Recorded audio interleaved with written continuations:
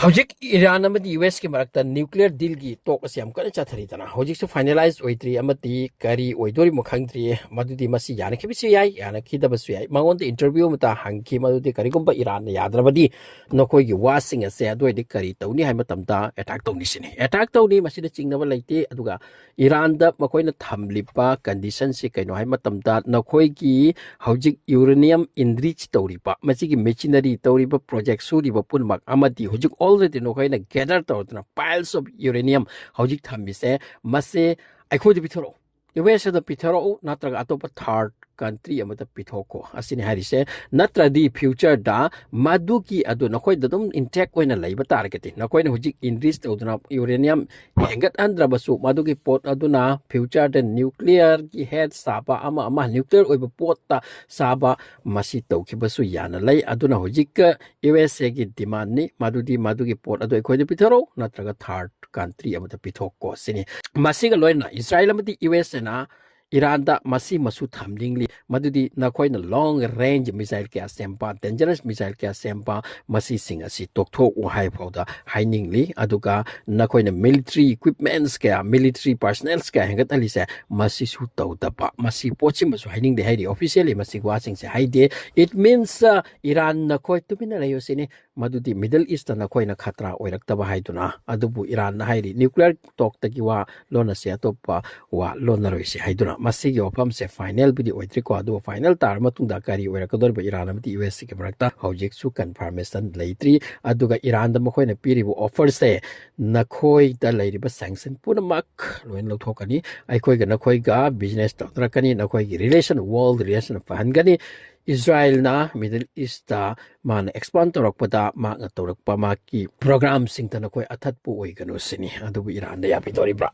so Iran amati US ke marakta basi condition sida hojujik leiri masigi matung da Donald Trump the statement amaga pikre masigi statement ase worldwide ta news outlet khuding da nainaba ki machak ama oihalli amasu nainaba su yai main topic ni maramdi Donald Trump na haigre se amna luraba wani madude mana haiki madude radicalized nation sing asida makoi khuta nuclear weapon nuclear gi warhead sing leifam thoktis ni masida radicalized haigre se masi fundamentalist sing muslim sing asida takpani madi muslim sing di handa gi oirakpa fundamental hek muslim horokpa dagi chatla bado mawda chatla don lakpani maksida ni radicalized hairi se so Iran buni indication tori se makoi khuta nuclear weapon leifam thokte amasung leihalloi haibase masiga loina na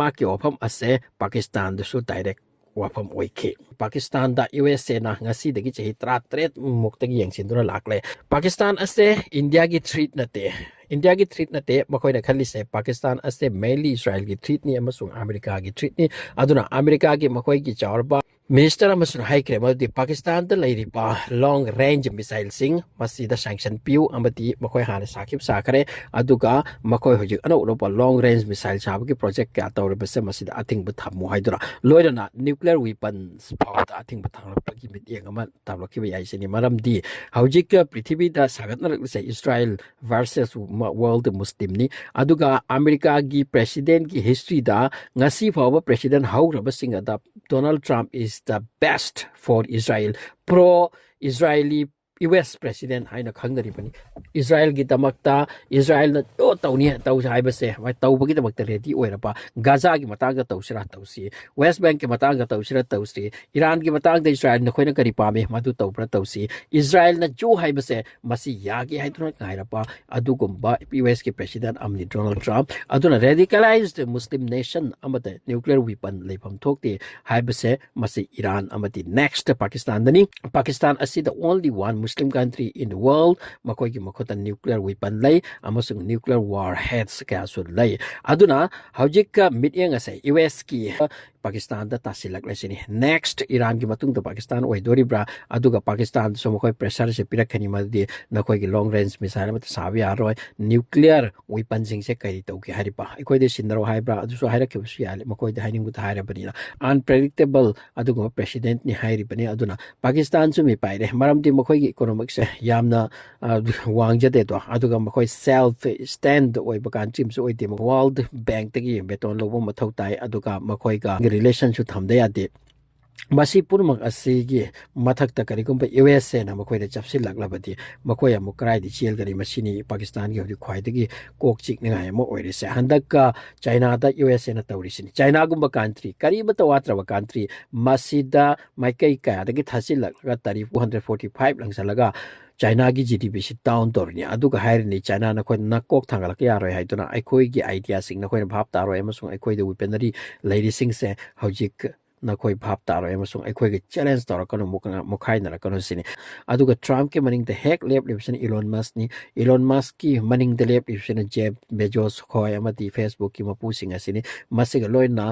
chor ba juice ke dugumba businessman prithibi ki business purmak ase masigi mapa oi pa mapu oi pa dugumba mi ka sule yare mapo makhoi purmak si loi juice ani si aduna makok thangalak pa se amata yaroi dawri Israel ase at any cost makoi gi mathak ta mit eng amata kana akhaba changhan da ba to pagi adu ba changlak pa ya ba dugumba nation sing also warning piraga nam thaba aduna hojik masigi news ase amna kana naina kremal di Pakistan next Iran ki batung de US ki target or pe yai maramdi makhoi de laire potsing ase masina tungda makhoi da mati Israel the threat oirak tabani haitan torakadori mathang khar nai silakadori ye potse